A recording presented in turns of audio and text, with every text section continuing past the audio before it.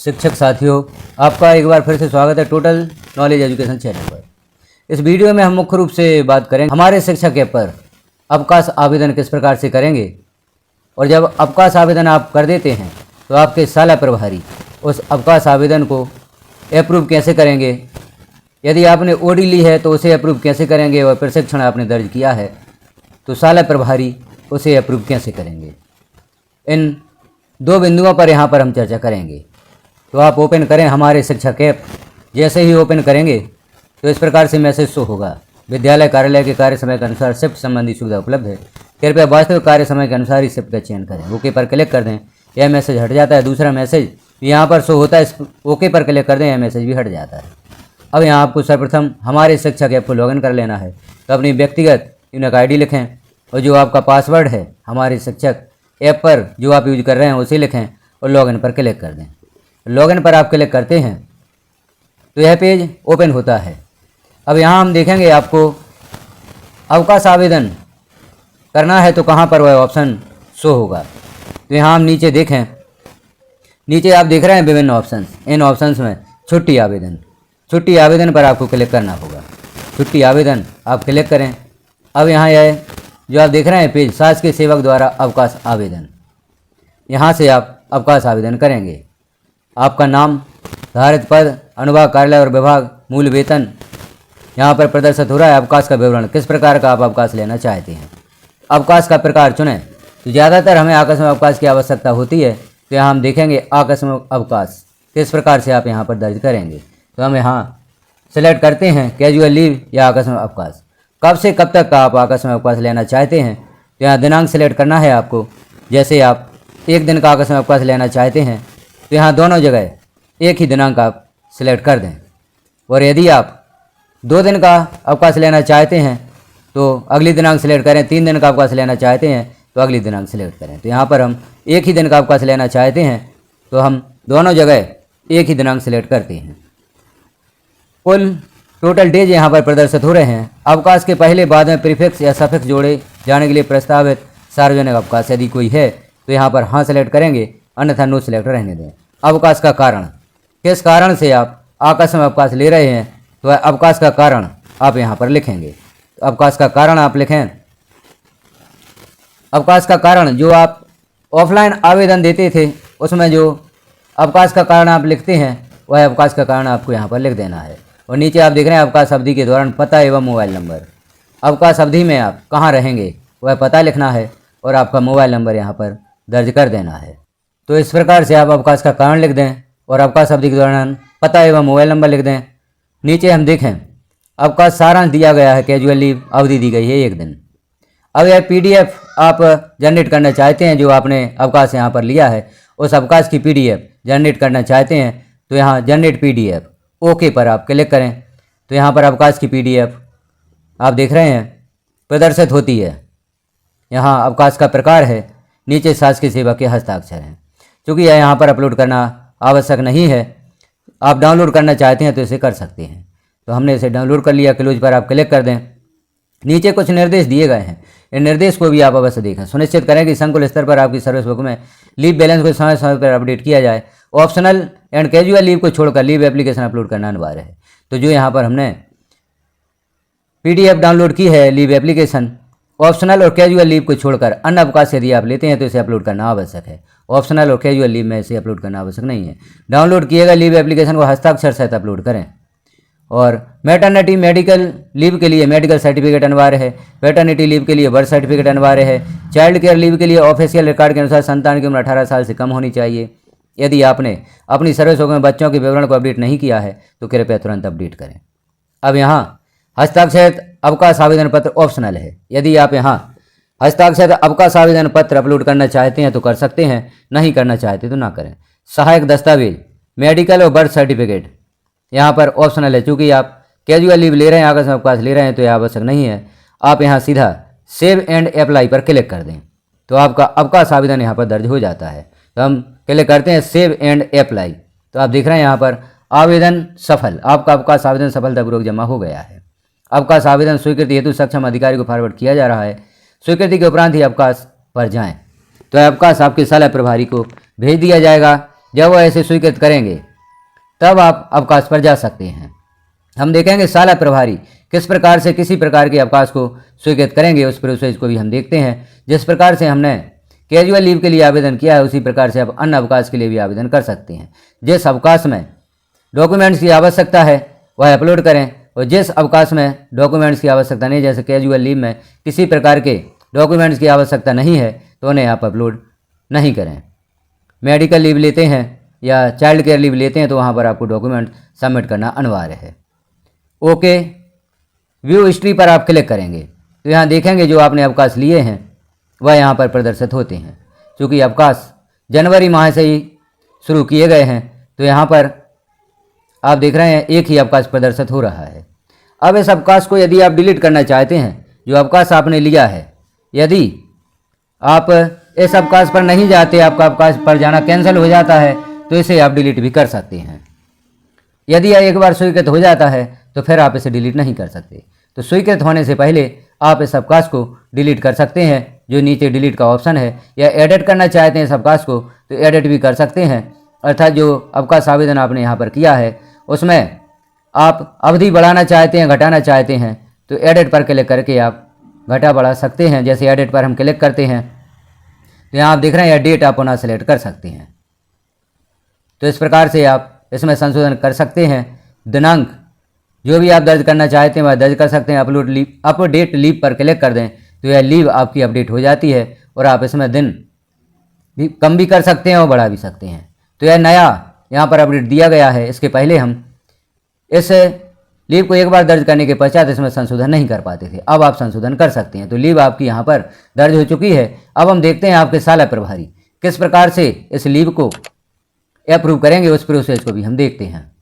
विद्यालय में पदस्थ शिक्षकों द्वारा किसी भी प्रकार का आवेदन यदि किया गया है, लीव के लिए किया गया है, ओडी के लिए अनुरोध किया गया है या प्रशिक्षण के लिए अनुरोध किया गया है, तो शाला प्रभारी उस अनुरोध को अप्रूव कैसे करेंगे, उस प्रोसेस को अब हम आगे देखेंगे। तो हमारे शिक्षक ऐप को लॉगिन करना होगा।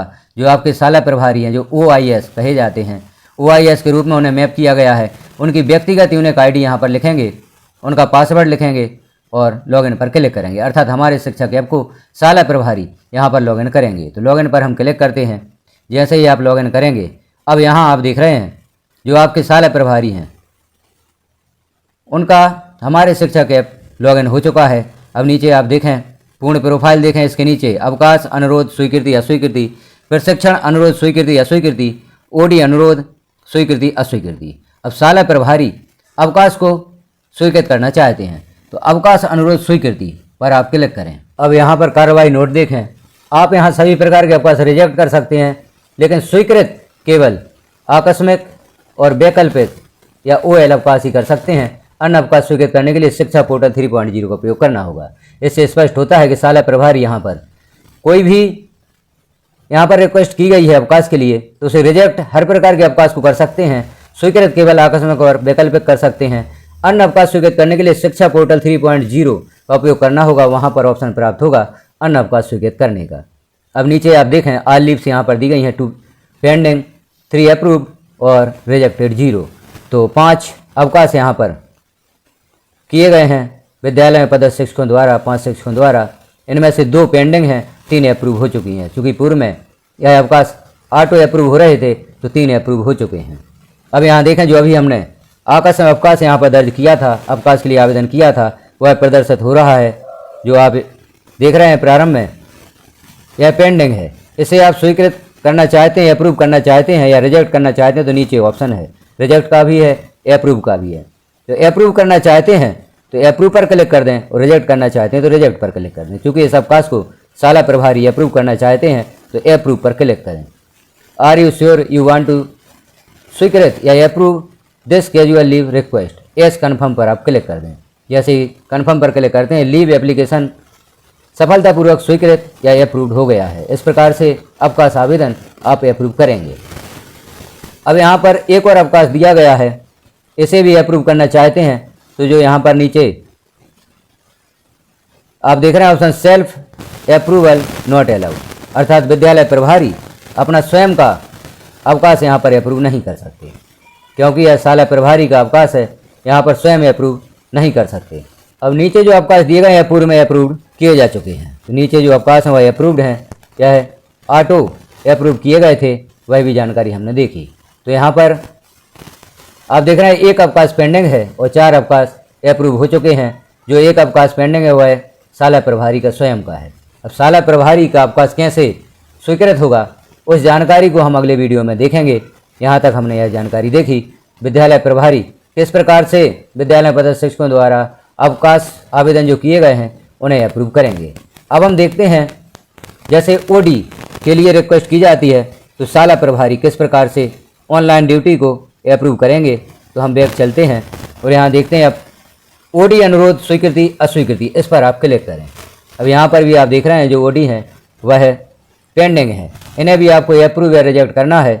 चूँकि यह अप्रूव करना इसलिए आवश्यक है जब शाला प्रभारी द्वारा ओडी रिक्वेस्ट अप्रूव की जाएगी तभी शिक्षक अपनी उपस्थिति ओडी के दौरान या ऑफिशियल ड्यूटी के दौरान कर सकते हैं। तो इन्हें अप्रूव करना आवश्यक है, विद्यालय प्रभारी द्वारा इन्हें अप्रूव किया जाएगा तभी आप अपनी उपस्थिति दर्ज कर पाएंगे। तो अप्रूव पर आप क्लिक करेंगे, तो शाला प्रभारी हैं वही अप्रूव पर क्लिक करेंगे। यहाँ मैसेज प्रदर्शित होगा क्या आप इस ओडी रिक्वेस्ट को स्वीकृत करना चाहते हैं, एस कन्फर्म पर आप क्लिक कर देंगे। यह मैसेज शो होगा ओडी एप्लीकेशन सफलतापूर्वक स्वीकृत हो गया है। तो इस प्रकार से ओडी के लिए जो आवेदन किए गए हैं उसे अप्रूव कर सकते हैं। एस कन्फर्म पर आप क्लिक करेंगे, यह अप्रूव हो जाती है। इसी प्रकार से अगला जो ओडी का यहाँ पर रिक्वेस्ट है उसे भी अप्रूव करना है। तो इसी प्रकार से मैसेज होगा, आप सभी जो यहाँ पर ओडी के लिए रिक्वेस्ट हैं उन्हें आप अप्रूव कर सकते हैं। अब यहाँ पर शाला प्रभारी की भी ओडी प्रदर्शित हो रही है, पूर्व से अप्रूव्ड है। और भी जो ओडी हैं यह ऑटो अप्रूव्ड हो चुकी हैं पूर्व में। अब जो यहाँ पर रिक्वेस्ट की गई हैं उन्हें विद्यालय प्रभारी या OIS को अप्रूव करना है। तो इस प्रकार से हमने ओडी की जानकारी भी देखी, ऑफिशियल ड्यूटी को किस प्रकार से विद्यालय प्रभारी अप्रूव करेंगे। अब हम देखते हैं प्रशिक्षण के लिए जो रिक्वेस्ट की गई है उसे कैसे शाला प्रभारी अप्रूव करेंगे। तो यहाँ पर जो ऑप्शन प्रदर्शित हो रहा है प्रशिक्षण अनुरोध स्वीकृति अस्वीकृति, इस पर आप क्लिक कर दें। तो जो प्रशिक्षण है यहाँ पर प्रदर्शित होंगे इन्हें अप्रूव करना है। तो जैसे पहला प्रशिक्षण शाला प्रभारी का ही दर्ज किया गया है, अप्रूव पर आप क्लिक करें, एस कन्फर्म पर यहाँ पर क्लिक कर दें तो यह अप्रूव हो जाता है। और दूसरा प्रशिक्षण एक और शिक्षक का अप्रूव पर आप क्लिक करें, एस कन्फर्म पर आप क्लिक कर दें तो यह मैसेज प्रदर्शित होता है ट्रेनिंग एप्लीकेशन सफलतापूर्वक स्वीकृत हो गया है। इस प्रकार से आप सभी जो प्रशिक्षण रिक्वेस्ट हैं उन्हें अप्रूव करेंगे। अप्रूव करना आवश्यक है, अन्यथा शिक्षक अपनी उपस्थिति प्रशिक्षण स्थल पर नहीं लगा सकेंगे। तो इस प्रकार से आप इन्हें अप्रूव कर दें। चूँकि अभी यहाँ पर अप्रूव का मैसेज शो नहीं हो रहा है, प्रशिक्षण अभी पेंडिंग ही प्रदर्शित हो रहे हैं। तो थोड़ी देर बाद जो यहाँ पर जानकारी प्रदर्शित होगी उसमें अप्रूव प्रदर्शित हो जाएगा। यहाँ पर आप व्यू अटैचमेंट डॉक्यूमेंट, जो आपने डॉक्यूमेंट प्रशिक्षण का यहाँ पर अटैच किया है उसे भी देख सकते हैं। जैसे इस पर क्लिक करते हैं तो यहाँ स्क्रीनशॉट जो दिया गया है उसे आप देख सकते हैं। प्रशिक्षण का जो स्क्रीनशॉट आपने यहाँ पर या आदेश अपलोड किया होगा उसे आप देख सकते हैं। इस प्रकार से अन्य प्रशिक्षण भी आप अप्रूव कर दें। इस प्रकार से आपको सभी प्रशिक्षणों की जानकारी यहाँ पर अप्रूव करना है। तो इस प्रकार से हमने देखा शाला प्रभारी कैसे अवकाश आवेदन, ओडी रिक्वेस्ट और ट्रेनिंग रिक्वेस्ट वो अप्रूव करेंगे, वह जानकारी यहाँ पर हमने देखी। तो आप भी यदि शाला प्रभारी हैं तो इस प्रकार से आप शाला में पदस्थ शिक्षकों की यह जानकारियाँ अप्रूव करेंगे। आप अवकाश आवेदन किस प्रकार से करेंगे वह जानकारी भी हमने देखी। विद्यालय प्रभारी किस प्रकार से इन जानकारियों को अप्रूव करेंगे या रिक्वेस्ट को अप्रूव करेंगे वह भी जानकारी हमने देखी। तो जानकारी कैसी लगी आपको कमेंट में एक बार अवश्य बताएं। चैनल पर पहली बार है तो चैनल को सब्सक्राइब कर लें, बेल आइकन को क्लिक कर ऑल पर प्रेस कर दें ताकि इस प्रकार की महत्वपूर्ण जानकारी आपको नोटिफिकेशन के रूप में प्राप्त हो सकें। वीडियो को लास्ट तक देखने के लिए आपका धन्यवाद।